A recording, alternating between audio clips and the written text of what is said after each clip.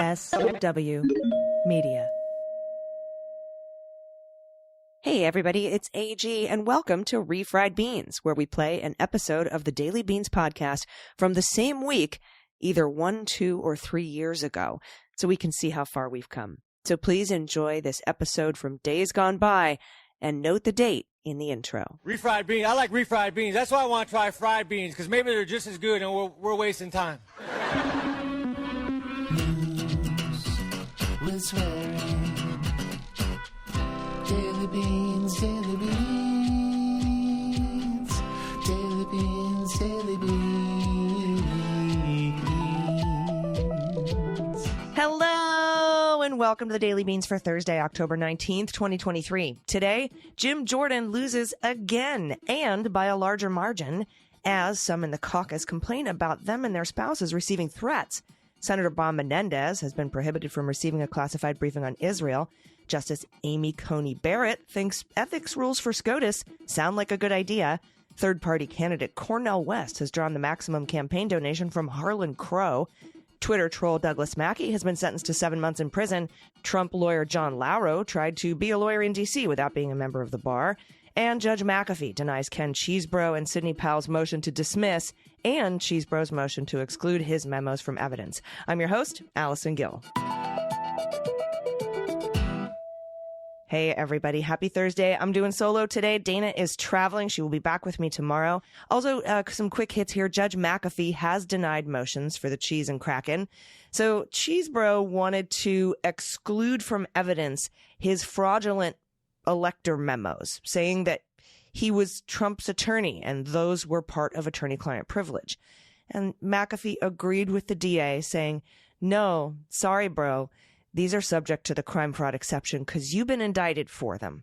So that will be allowed in evidence, his memos. And he also dismissed Cheese and Kraken. Both Sidney Powell and Kenneth Chesebro wanted to dismiss on federal supremacy clause. And he said no. So they're still going to court next week. I mean, it's next week. So we'll see how that goes. And those trials will be televised, so we'll be watching those. And the D.C. U.S. Court of Appeals clerk has flagged the Trump partial gag order appeal, noting that Trump lawyer John Lauro is not a member of the D.C. bar, and they're giving him until November 2nd to complete his application. When reached for comment, Lauro said, I've been a member of the D.C. bar and the federal trial court bar for nearly 40 years. This is a routine request from the federal appellate court to join its bar, which I will do in order to represent President Trump in this important matter. So he's basically like, I'm already a member, but I'm not. And so I will totally apply to become one in the time frame that they've told me I have to do it. Cool lawyering there, buddy. And speaking of Donald Trump, during one of his incoherent slur fests over the past couple days, he promised that if elected, he would make an Iron Dome for the United States. You guys, how cool is that? An Iron Dome for the United States. Now, what he didn't mention here is that the Iron Dome protects from short-range missiles. So I guess maybe we're worried about all those Canadian short-range missiles that are coming down from Canada. And would Alaska get its own Iron Dome, or Hawaii? Would they have their own short-range missiles? I got to tell you, it just gets wilder and wilder. All right, everybody, we have a lot of news to get to, so let's hit the hot notes. Hot notes. All right, Jim Jordan lost his second ballot for Speaker of the House on Wednesday, despite all the threats and all the bullying from him and all the phone calls from Donald Trump to members, all of the phone calls from Fox News and Sean Hannity, all that bullying. And he still lost, and by a bigger margin. We now have members receiving death threats, including Marianne Miller Meeks, after she voted against Jordan. Rep. Don Bacon says his wife has received threats for his opposition to Jordan. Debbie Lasko says she's not even going to run again in 2024. She's a rep from Arizona. She's an awful person, so that's fine. But she's not even going to run again. Now, it leaked today that Jim Jordan was actually trying to get New York Republicans in Biden districts to support him by offering to remove the SALT cap for New Yorkers. Salt cap, state and local taxes. Remember when Trump did his $3 trillion tax gift to the wealthy? He limited some states like Texas, I think, New York, California, from the amount of state and local taxes you could deduct from your federal taxes. So he's actually trying to bribe the New Yorker, the guys, the people from New York, the congressmen and women from New York, by saying, I'll do something to get rid of that salt cap for you so you can take something back to your caucus or your constituents, I should say, in exchange for a vote for me. But all of that, and he lost votes today. And he's the first guy in 100 years. Last time somebody lost or didn't get 200 votes for speaker was in 1923. It's been 100 years since somebody fell below the 200 mark. The great Michael McKean said on Twitter today, "Loser has a nasty negative ring. As a kindness, we should refer to Jim Jordan as differently victorious." That's probably my favorite tweet of the day. Now, despite all that, Jordan is plowing ahead. He wants a third vote, a third ballot. There could be a vote today as early as noon, but nothing is scheduled. But they said to be ready by noon in case we want to vote. But who knows? Who knows? One source told Laura Rosen that Jim Jordan should expect 10 or 15 new no votes on a third ballot. And while part of me revels in their abject failure, make no mistake, if your goal is to dismantle democracy and install an autocrat, kneecapping half of the legislative branch is a feature, not a bug. And we need to start thinking about that in those stark terms. And from Jimison and Guo at the New York Times, the second failed effort on Wednesday by Representative Jim Jordan of Ohio to be elected House Speaker added momentum to an idea that has been floated by lawmakers in both parties in recent days. Give Representative Patrick T. McHenry, the interim Speaker, explicit power to conduct legislative business. Mr. McHenry is acting as temporary Speaker under rules adopted after the 9/11 terrorist attacks that require the Speaker of the House to come up with a list of people to fill the post in the event that it becomes vacant. When former Speaker Kevin McCarthy was booted out of his job by the right-wing rebellion 2 weeks ago, the world learned that Mr. McHenry was the first name on his list. Many House aides believe that Mr. McHenry's power is strictly confined to presiding over the election of a new speaker, and he has been doing that this week. But because the situation hasn't come up before, some congressional scholars argue that the bounds of the acting speaker's power are largely dependent on what a majority of members is willing to tolerate. Kind of seems to skirt the Constitution, though. It's just making a speaker without an election. And as the turmoil around replacing McCarthy has continued, the New York Times says, some members in both parties have been quietly discussing a way to explicitly grant Mr. McHenry permission to step in with full or at least expanded authority to run the House. The talks have gained urgency as wars broken out between Israel and Hamas in Gaza, we know, and lawmakers are increasingly worried that the House will be unable to act in that crisis. We're 40 days away from a government shutdown here ourselves. Representative David Joyce, Republican of Ohio, was circulating a bipartisan plan Wednesday that would give McHenry the power to run the House floor through January 3rd, though the exact period of time was still open for discussion, according to lawmakers and aides familiar with the proposal, who discussed it on the condition of anonymity. Members of the Bipartisan Problem Solvers Caucus, made up of center-leaning members from both parties, have also been involved in the talks, and that's according to a lawmaker in that caucus. Last week, 4 moderate Democrats led by Representative Josh Gottheimer of New Jersey, a member of that group, sent a letter to Mr. McHenry saying they would support giving him expanded authorities in 15-day increments that would allow him to bring specific legislation to the floor. The proposal, which was reviewed by the New York Times, would allow McHenry to bring up only certain legislation for aid to Ukraine and Israel, a stopgap spending bill to avert a government shutdown, and 2024 spending bills. Now, right now, the Senate, bipartisan, is working on a bill. The Senate, in a bipartisan way, is working on a bill that would fund Ukraine, Taiwan, Israel, for all the support that those three countries will need, and the border, make improvements at the border.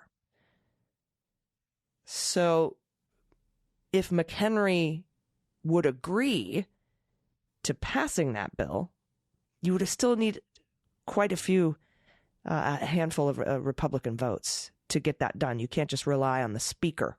So it's not like the speaker could agree. And I'm sorry, these boys can't count. And I don't know how well they can be trusted. But anyway, New York Times goes on to say Representative Mike Kelly, Republican of Pennsylvania, introduced a resolution Monday that would force a vote on keeping McHenry empowered until November 17th.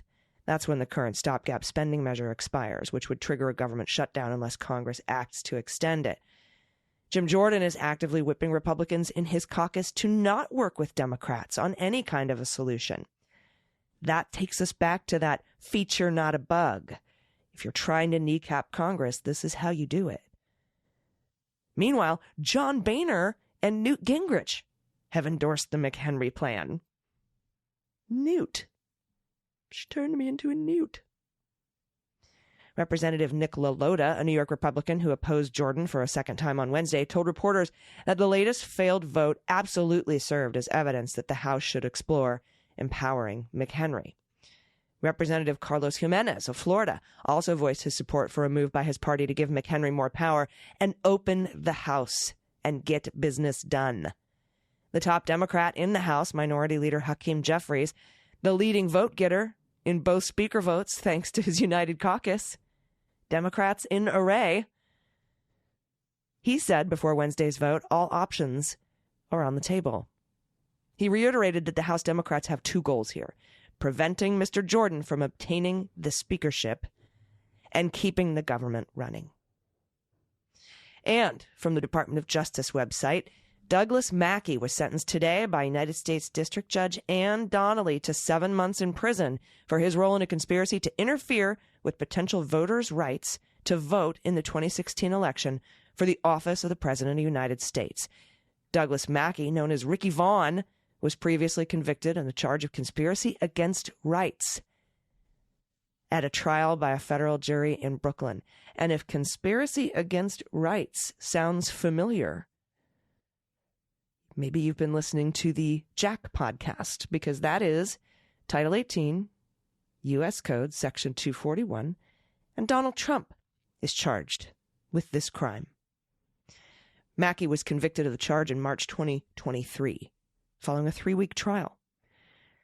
Breon Peace, United States Attorney for the Eastern District of New York, Acting Assistant Attorney General Nicole Argentieri of the Justice Department's Criminal Division, and Jim Smith, Assistant Director in charge of the FBI New York Field Office, announced the sentencing. Quote, "One of the foundational rights we hold as Americans, a right that many fought so hard to obtain, is the right to vote. The defendant weaponized disinformation in a dangerous scheme to stop targeted groups, including Black and brown people and women, from participating in our democracy." That's U.S. Attorney Peace. This groundbreaking prosecution demonstrates our commitment to prosecuting those who commit crimes that threaten our democracy and seek to deprive people of their constitutional right to vote. As proven at trial, by 2016, Mackey had established an audience of on Twitter of about 58,000 followers. Aw, that's cute. A February 2016 analysis by the MIT Media Lab ranked Mackey as one of the most significant influencers of the then upcoming presidential election. Between September 2016 and November 2016, Mackey conspired with other influential Twitter users and with members of private online groups to use social media platforms, including Twitter, to disseminate fraudulent messages that encourage supporters of presidential candidate Hillary Clinton to vote via text message or social media, which was legally invalid. For example, on November 1st, 2016, in or around the same time Mackey was sending tweets suggesting the importance of limiting black turnout, the defendant tweeted an image depicting an African-American woman standing in front of African Americans for Hillary sign, and the ad said, "Avoid the line, vote from home. Text Hillary to 59925 and vote for Hillary and be part of history." The fine print at the bottom of the deceptive image stated, must be 18 or older to vote, 1 vote per person, must be a legal citizen of the United States.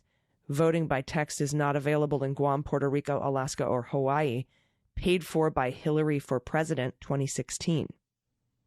The tweet included the typed hashtag I'm with her, a slogan frequently used by Hillary Clinton.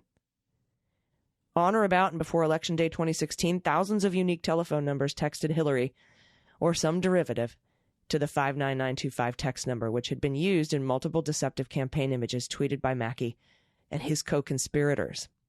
Several hours after tweeting the first image, Mackey tweeted an image depicting a woman seated at a conference room, typing a message on her cell phone. This deceptive image was written in Spanish and mimicked a font used by the Clinton campaign in authentic ads. The image also included a copy of the Clinton campaign logo and I'm with her hashtag. 7 months in prison for conspiracy against rights. Next up from Goodwin at the Washington Post, Senator Bob Menendez will not be attending an all-senator classified briefing on Israel on Wednesday after some of his colleagues aired concerns that his presence would risk national security because he has been criminally indicted for failure to file as a foreign agent for Egypt. The former chair of the Senate Foreign Relations Committee faces federal charges for bribery and also, like I said, conspiring to act as a foreign agent for Egypt. Now, he has defied his colleagues' calls for him to resign in the wake of the charges, which he denies, leading to an embarrassing situation for Democrats. I don't really see it as an embarrassing situation for Democrats. I see it as embarrassing for Bob Menendez. And I do think he needs to resign. I'm calling on him to resign. I don't know how far my endorsement for that goes, but I join John Fetterman, who has also called for a vote to expel him from the body altogether, leading Menendez to charge on Monday that Fetterman is obsessed with him. Hey, I have a question for a friend, Fetterman asked reporters on Tuesday. If someone's been accused of being a foreign agent for Egypt, should they be allowed to attend a classified briefing on Israel tomorrow? Well, the answer apparently is no. Senate Majority Leader Chuck Schumer said Tuesday Menendez will not attend the briefing that will include Secretary of Defense Lloyd Austin and other top administration officials. Schumer's office would not say whether the leader had asked Menendez not to attend or whether Menendez is just barred from all such gatherings in the future. Should be barred from fucking the Senate. Schumer announced last month that Menendez would step down as chair of the Foreign Relations Committee temporarily. While his court case plays out. You gonna jump back on that committee from prison, Bob? I think there's really serious charges he's facing. This is a quote. And a number of my colleagues have said, I'm hoping Senator Menendez will reconsider his earlier decision to continue forward. That's Mike Rounds, a Republican from South Dakota, who sits on the Intel Committee. Fetterman told reporters he will not let the issue go. I'm just going to continue bringing it up again and again and again, he said, joking that maybe he is obsessed with the senator. Maybe I am. I don't know.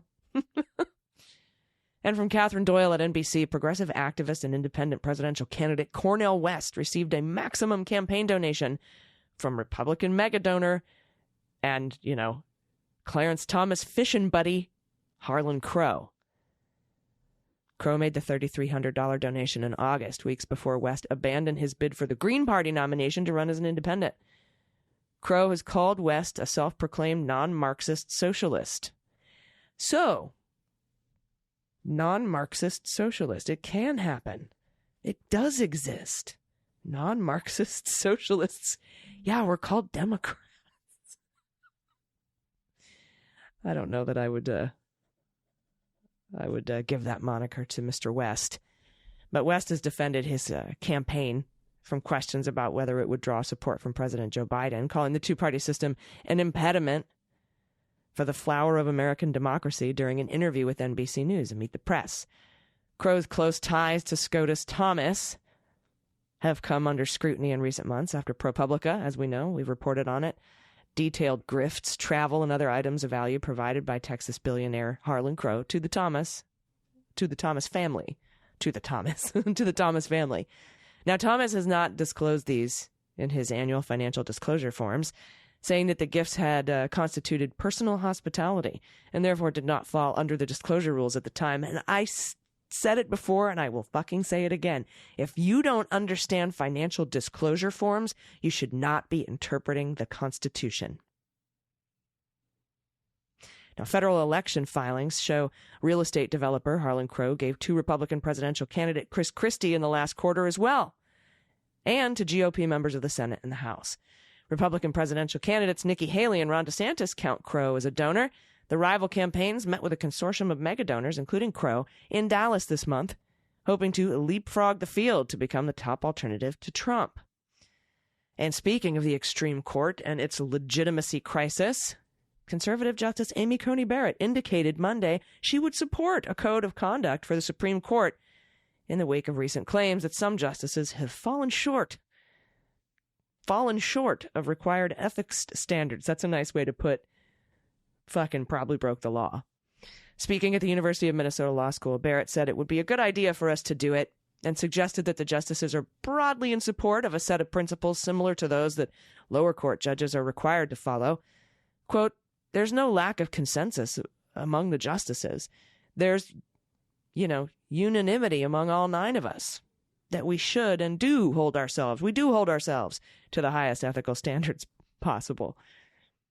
We should, We do hold ourselves.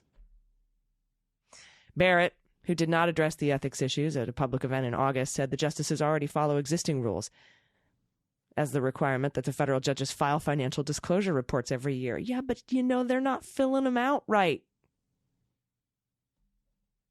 Sugar mouth. She declined to comment on why the court has not yet adopted a code, despite pressure from members of Congress and ethics experts. That's something I really can't speak for the court about or make any sort of guess about. Sounds like the answer she gave when asked about the stare decisis on Roe. I don't want to guess about any of that. Now, some members of Congress have backed legislation about the issue, although the court could address the issue itself by adopting its own ethics code. Some other justices have expressed support of an ethics code. Liberal Justice Elena Kagan said last month it would be a good thing. And conservative Justice Brett Kavanaugh said earlier last month that he was hoping for concrete steps. Chief Justice John Roberts said in May the justices are continuing to look at things we can do to reflect their commitment to the highest ethical standards. The justices issued a statement in April saying they reaffirm and restate their commitment to ethics principles. An announcement that failed to quell criticism. Duh. Oh, well, if you say so, the corrupt people, if you say so, that just puts my mind right at ease. Thanks, Justice Thomas. As long as you wrote it down, I don't know. I don't understand. All right, everybody, we have some good news that we have to get to, but we have to take a quick break. Everybody stick around. We'll be right back. Everybody, welcome back. It's time for the good news. Who likes good news? Everyone? Then good news, everyone.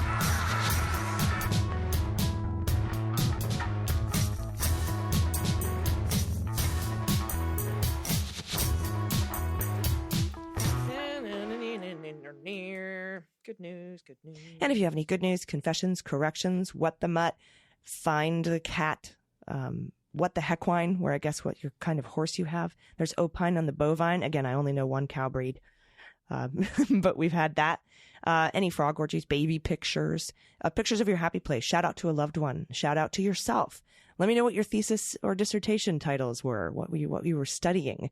I want to know if you have an adoptable pet in your area or a small business you want to give a shout out to, or your business. I know we have tons of incredible makers and creators and entrepreneurs that are part of the Leguminati. So send it to us at dailybeanspod.com and click on contact. First up from Lisa, pronouns she and her. I want to shout out my soon-to-be 19-year-old. October 11th was National Coming Out Day. I was so proud of him when at 15 he came out to me and my husband. We were so honored, he told us, and so grateful that he figured it out. Last summer, we were looking at colleges, and we ended up in D.C. the day after Roe was overturned, and he was all in on going to the Supreme Court and protesting. He's voted 3 times since turning 18. Janet Protasewicz is in place, in part because of him. He got into his dream school, University of Washington. I miss him greatly since we're in Wisconsin. But I know he's doing great and thriving. He's an amazing human and will do amazing things. I'm only including a pic of him as a baby. You'll have to agree that he was beyond cute. And for pet tax, he's our dog Bella, a husky. We now have 2 huskies in the family, just missing our non-furry baby. Thanks for keeping the news real and interesting and digestible. Thanks for all you do. What a beautiful dog, first of all. And then, you're right. That is an adorable baby. I cannot deny it. And that looks like a very cozy little sweater. And his little pants. Oh, my God. Adorable. Oh, he's so cute. Can't wait to see what an incredible human being does with a UW degree. Congratulations, Lisa, and thanks for that submission. Dan, pronouns he and him. Hello, Beans Queens. I want to give a shout out to the organic farm my daughter and son-in-law work. Rogers Greens and Roots is located outside Atlanta, Georgia. At Rogers, RODGERS, RogersGreensandRoots.com. Ashley, the owner, is doing great work and cares for her staff greatly. I spend most of the past Friday pitching in to get the harvest ready for market. The website says more than I could. Keep fighting the fight. Oh, and here's some pig tacks. Hello, piggies. I love pigs. They're so smart. All right, Dr. Ann in St. Paul, pronouns she and her. Hi, AG and DG. AG asked for dissertation titles, so here goes. Egyptian watercraft models from the pre-dynastic to the Third Intermediate Period. That was the Department of Egyptology, Institute of Archaeology, University College, London.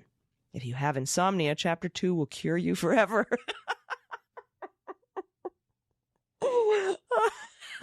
I always talk about my dissertation being a snoozer. The whole thing is kind of long, but at least the pictures are fun for my pod pet tax. Yeah, how do we make, that's what dissertations do. How do we make Egyptology, which is fucking exciting, how do we make it boring AF? That is what a dissertation is for my pod pet tax. Here's Dr. Rodney McKay, the belly boy, and Freddie Mercury, little snoozer. They make our house a home. Both of our boys are rescues, as were their 3 unrelated siblings who have rainbow bridged it. Resilient felines. Rodney has iris atrophy in his right eye, and he's blind on that side. It's a condition that usually occurs in senior dogs, so go figure. Freddie was found on a street in Minneapolis with a broken pelvis, flea-ridden, and weighing 2.8 pounds. Vets thought he could never jump onto furniture or take stairs. On any given day, we can find him on the kitchen counter or on top of the fridge. They were wrong. Smooches to you both. What a little fucking resilient warrior kitty. And a chonker, and I want to pet the belly. OMG. What a chonker. Oh, and I love when they put their arms out like that. I call it armies. Give me armies. They put their arms out. You can see their little toe beans. Yep, there's your dissertation. That's a long one, man. Mine was only 250 pages, and 40 pages of that was source. All right, from Allison, pronouns she and her. Greetings, another Dr. Allison here, and I'm totally here for sharing dissertation titles. Fuck yeah, and you spell Allison properly, too. That's good. Here is mine. The role of calcium in the establishment of the mammalian block to polyspermy? Polyspermy? Polyspermy.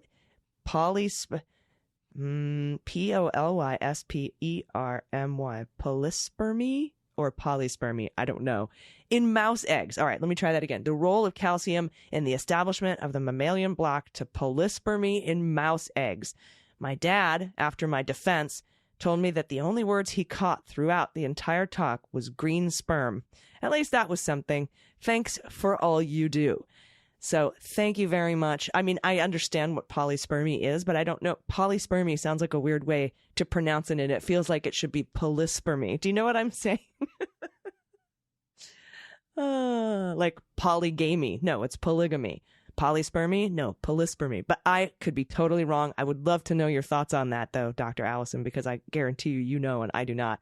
Next up, Nance, pronouns she and her. Good morning, Queens of the Leguminati. I'm up way too early on a Sunday morning after waking up to an anxiety attack, so I thought I'd share something that makes me happy. Nance, that is an excellent idea. I sometimes wake up with a panic attack will wake me up. And it's always good to, write down some nice stuff. Nance goes on to say, I'm lucky enough to work from home. I usually take the dog for a lunchtime walk in a park near my house. The park abuts an elementary school, and when the weather is nice, the kids sit outside and eat their lunch, and are usually excited to see the dog. Well, with it being spooky season, I've been dressing her in dragon costumes and for her walks, much to the delight of the kids. Thinking of the sheer joy of the kids from something so simple gets me through my rough spots.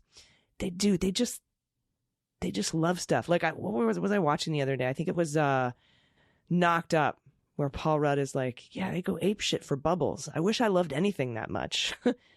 Thanks, AG and DG, for bringing some bright spots into the anxiety. For Pod Pet Taxes, sweet Callie, Callie, in her costume. The wings flap when she walks. That is fantastic. What a sweet baby. Thank you for sending that in. I love that the kids get excited. That's a wonderful costume. Next up from Laura, pronouns she and her. My mom gave me my Girl Scout sashes before she passed this summer. I didn't want to just keep them in a box, so I framed each sash, and now they're hanging proudly on my living room wall. I learned so many good skills in scouting that I still use today. In fact, my main goal in life is to live by the Girl Scout law, while also being as ridiculous as possible. Yeah, there they are. That's a brownie sash there. Yep, I was a Girl Scout. Made it all the way. I went to camp. Made it all the way to Wrangler in training. There was, what was it? Beginning, intermediate, advance, and then there was a middle position in there. And then there was Wrangler in training and Wrangler. And I became a counselor and I taught horseback riding at Camp Marapai in Prescott, Arizona. Yeah. My favorite thing that we would do was called Caballeros. It was the Wrangler. I was 18, 17, and we would lead a group of Girl Scouts, usually like 8 to 10 years old. I think they were cadets, and on a 5-day trail ride. So you would like pack all your stuff with you, your sleeping bag. We had a couple of pack horses, and we would ride out in the Prescott Mountains for 5 days and 4 nights, and we would camp that night. It was fun. Super fun. Yep, got my gold award, which is the Girl Scout equivalent of Eagle Scout. Yep. Great times. God, that was a long time ago, man. What, 30 years ago? We won't talk about that. But anyway, thank you so much for sending in the good news. I really needed that lift today, and you gave it to me. So thank you. Dana will be back tomorrow. I will be here. Don't forget, we have a happy hour with Pete Struck and Clean Up on Aisle 45 and the Daily Beans patrons. And if you want to become a patron of either show, if you want to become a patron of Daily Beans, you go to patreon.com/MullerSheWrote. And if I think it's $5 a month, you also get to become a patron of the Jack podcast with me and Andy McCabe and the Beans. So it's a twofer. And then we have a separate Patreon for Cleanup on Aisle 45. And that is patreon.com/Aisle45pod, AISLE45POD. So thank you so much for supporting independent journalism. We couldn't do these shows without you. It's so touching, all the support that we get. So thank you very much, everybody. We'll see you tomorrow. Until then, please take care of yourself, take care of each other, take care of the planet, take care of your mental health, take care of your family. Vote blue over Q and bring someone with you. I've been AG, and them's the Beans. Refried beans. I like refried Beans.